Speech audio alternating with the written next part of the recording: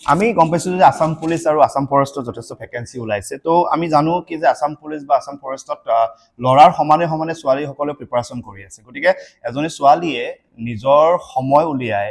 ৰানিঙৰ কাৰণে হওক বা বিভিন্ন ফিজিকেল টেষ্টৰ বাবে প্ৰিপাৰেশ্যন কৰাটো ইমান সহজ কথা নহয় কিন্তু এইটো ইতিমধ্যে বহুত ছাত্ৰ ছাত্ৰীয়ে বা বহুত ছোৱালীয়ে প্ৰমাণ কৰি দেখুৱাইছে যে আসাম পুলিচত ল'ৰাৰ সমানে সমানে ছোৱালীয়েও চাকৰি পাইছে গতিকে মই তোমাৰ ফালে আহিছোঁ তোমাৰ নাম আৰু পৰিচিত অকণমান ক'বলৈ নমস্কাৰ মোৰ নাম মিছ লিজা ৰয় মোৰ ঘৰ কোকৰাঝাৰ আৰু মই ইয়াতে আড্ডাত কোচিং লৈছোঁ মানে ষ্টেট লেভেল আৰু চেণ্ট্ৰেল লেভেল দুটাতে লৈছিলোঁ তুমি কিবা পুলিচ ফৰেষ্ট এনেকুৱা কিবা এক্সামৰ প্ৰিপাৰেশ্যন কৰিছা নেকি মানে এপ্লাই কৰিছোঁ আৰু তেনেকৈ প্ৰিপাৰেশ্যনো কৰি আছোঁ এইবাৰ যিহেতু মই প্ৰথম টাইম দিম অকণমান ভয়ো লাগিছে এক্সপিৰিয়েঞ্চ নাই তো হ'লেও এটা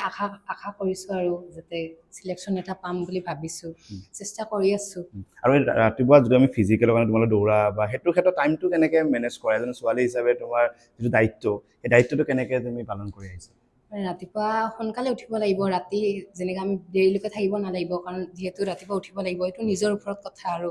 কিছুমান বস্তু চেক্ৰিফাইচ কৰিব লাগিব আৰু লাইফত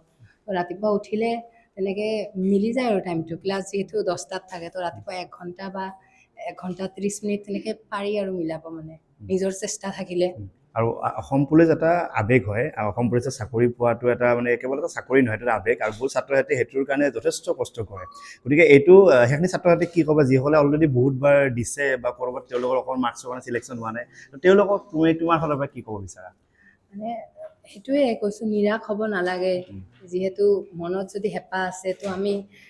চেষ্টা কৰিবই লাগে প্ৰেক্টিচ কৰিব লাগিব যিহেতু কৈছে প্ৰেক্টিচ মেক্স মেন পাৰফেক্ট কষ্ট কৰিলে মানে এদিন সাফল্য হ'বই মানে এইটো মনৰ এটা আশা কৰিব লাগে ভাঙি পৰিব নালাগে আৰু